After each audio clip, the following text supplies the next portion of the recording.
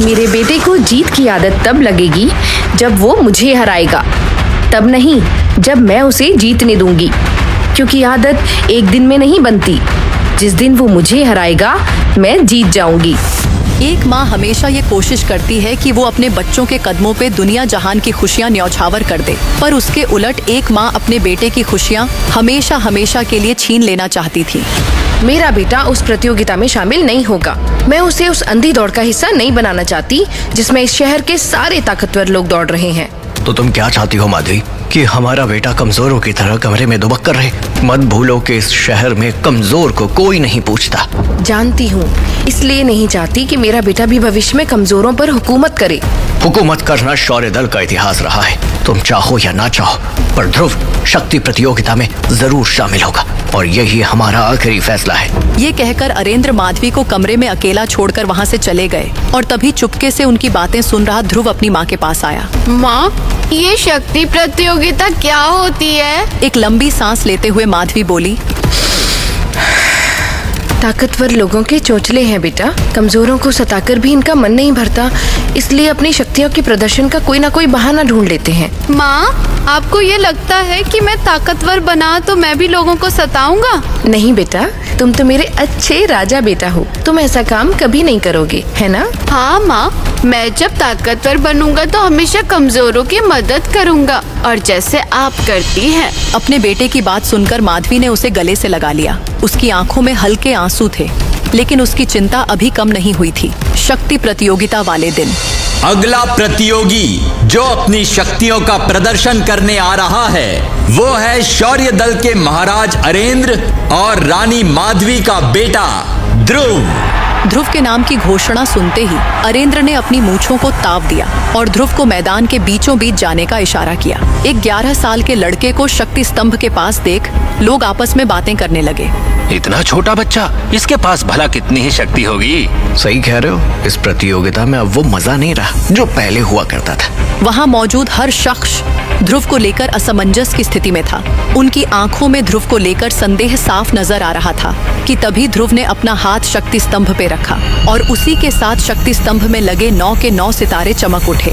ये देख वहाँ घोषणा हुई, मैसेडोनिया शहर का अगला एकलव्य है ध्रुव। उसके पास 9 सितारों के बराबर की शक्तियां हैं। ये सुनते ही पूरा मैदान तालियों की गड़गड़ाहट से गूंज उठा। इस लड़के ने तो कमाल कर दिया। सुना है आज से 100 साल पहले जो शक्ति सम्राट हुए थे वो भी 11 साल की उम्र में एकलव्य बन गए थे। तो क्या इसका मतलब ये बच्चा भी इस साम्राज्य का होने वाला अगला शक्ति सम्राट है? वहाँ मौजूद भीड़ ध्रुव को अगला शक्ति सम्राट मान बैठी थी। ये सब सुनकर अरेंद्र माधवी से बोले, सुना तुमने, मेरा बेटा इस साम्राज्य का होने वाला अगला शक्ति सम्राट है। जरा एक बार बाकी दलों के राजाओं के चेहरे तो देखो। अरेंद्र का चेहरा गर्व से फूला हुआ था, लेकिन जब माधवी ने अन्य दलों के राजाओं की ओर देखा तो उसमें उसे दिखी शर्म, जलन और अपने पुत्र के भविष्य पे खतरा। और उस प्रतियोगिता के कुछ दिन बाद, रानी माधवी, कहाँ हैं आप? बाहर आइए। क्या हुआ? क्यों शोर मचाया हुआ है? ये देखिए रानी साहिबा, ध्रुव ने हमारे बच्चों के साथ क्या किया? कुछ औरतों अपने बच्चों के साथ माधवी से मिलने आई थी। माधवी ने ध्यान से देखा तो उन सभी बच्चों के शरीर पे गहरी चोट के निशान थे। ये सब इनके साथ किसने किया? और किसने? आपके बेटे ध्रुव ने। क्या कहा? नहीं, मेरा ध्रुव ऐसा नहीं कर सकता। हमें भी यही लगता था, लेकिन अब लगता है कि आपकी अच्छाई और संस्कार सिर्फ एक दिखावा है। नहीं, ऐसी बात नहीं। छोटा मुंह बड़ी बात रानी साहिबा, पर आज के बाद हम अपने बच्चों को ध्रुव के साथ खेलने नहीं भेजेंगे और न ही हम सब इस महल में कदम रखेंगे। ये कहकर सभी औरतें वहाँ से चली गईं, लेकिन उनकी बातें माधवी के कानों में गूंज रही थी। माधवी ध्रुव को ढूंढते हुए जंगल में पहुंची तो उसने देखा कि ध्रुव ने अपनी शक्तियों की मदद से एक पूरी की पूरी झील का पानी सुखा दिया है और वहाँ ना जाने कितनी ही सारी मछलियाँ तड़प तड़प कर मर गई। ध्रुव के चेहरे पे अपनी शक्तियों को लेकर गर्व साफ दिखाई दे रहा था। ध्रुव, ये क्या किया तुमने? और ये कहकर माधवी ने एक लकड़ी की मदद से ध्रुव की बहुत बेरहमी से पिटाई की। माँ, दोबारा ऐसा नहीं करूँगा, मुझे माफ कर दो, मुझे माफ कर दो। ध्रुव रोते हुए अपनी गलती की माफी मांग रहा था। पर माधवी ने उसकी एक न सुनी।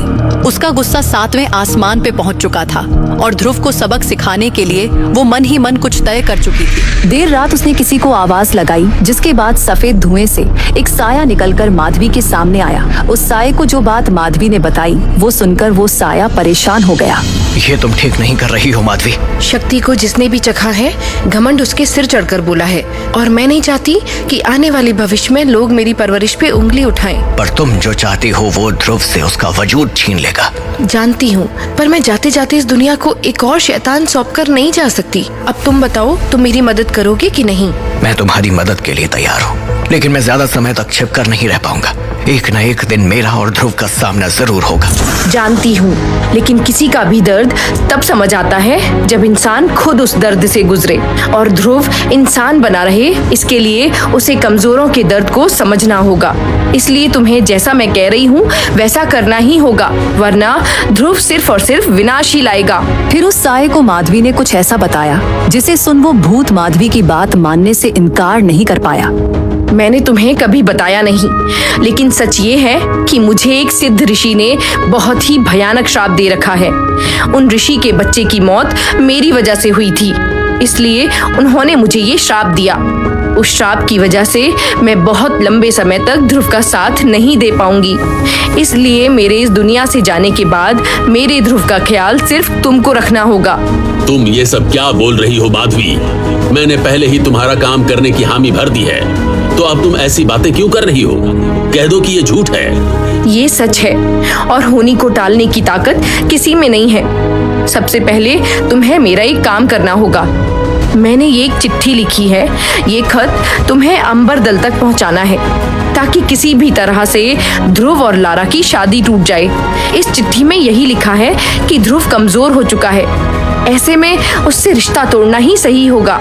लेकिन माधवी, तुम अपने ही बेटे की जिंदगी क्यों खराब कर रही हो? खराब नहीं, उसकी जिंदगी आबाद कर रही हूँ। उसके लिए इस रिश्ते से दूर जाना जरूरी है, और मेरा ध्रुव से। ये सब तो ठीक है, लेकिन जो काम तुमने मुझसे कहा है उसके बाद तो ध्रुव का वजूद ही खत्म हो जाएगा। मेरे पास ज्यादा वक्त नहीं है, जैसा कह रही हूँ वैसा करो। माधवी की गुस्से भरी बातें सुन वो साया चिट्ठी लेकर वहाँ से गायब हो गया। अगली सुबह माधवी ध्रुव के कमरे में पहुंची। माँ, आप इतनी परेशान क्यों लग रही हैं? बस कुछ बातें हैं जिन्हें अब समझने का समय आ गया है बेटा। बहुत जल्द तुम्हारी जिंदगी पूरी तरह बदलने वाली है। माधवी के शब्दों में कुछ ऐसा था जिसने ध्रुव को बेचैन कर दिया। उसे एहसास हो रहा था कि कुछ बड़ा होने वाला है, लेकिन क्या? मैंने तुम्हें बहुत मारा ना ध्रुव, पर तुमने बहुत बड़ी गलती की थी। जानता हूँ माँ, पर क्या आप अब भी मुझसे नाराज हैं? नहीं बेटा, पर वादा करो आज के बाद तुम अपनी शक्तियों का गलत प्रयोग नहीं करोगे। नहीं करूँगा माँ, मैं आपसे वादा करता हूँ। मेरा अच्छा बेटा, देखो मैं तुम्हारे लिए क्या लाई हूँ। और ये कहते हुए माधवी ने ध्रुव को एक अंगूठी पहना दी। माँ, ये अंगूठी मेरे लिए है, बहुत अच्छी है। जहाँ उस अंगूठी को पहनकर ध्रुव के चेहरे पर खुशी थी, वहीं माधवी की आंखों से आंसू निकल आए थे। वो मन ही मन बोली, शायद ही इस दुनिया में कोई इतनी बेरहम माँ होगी जितनी मैं हूँ। आज मैंने अपने बेटे से उसका वजूद ही छीन लिया। अचानक माधवी बेसुध होकर वहीं गिर पड़ी। ऐसा लगा मानो उसकी सांसें बंद हो गई हों। क्या ध्रुव को अंगूठी देने के बाद हो गई माधवी की मौत? उस साये से माधवी ने ऐसा क्या करने को कहा था कि जिसके बाद छिनने वाला था ध्रुव का वजूद? क्या था उस अंगूठी का राज और माधवी को मिला था कौन सा श्राप? क्या उसी श्राप की वजह से माधवी बार बार अपने जाने की कर रही थी बात?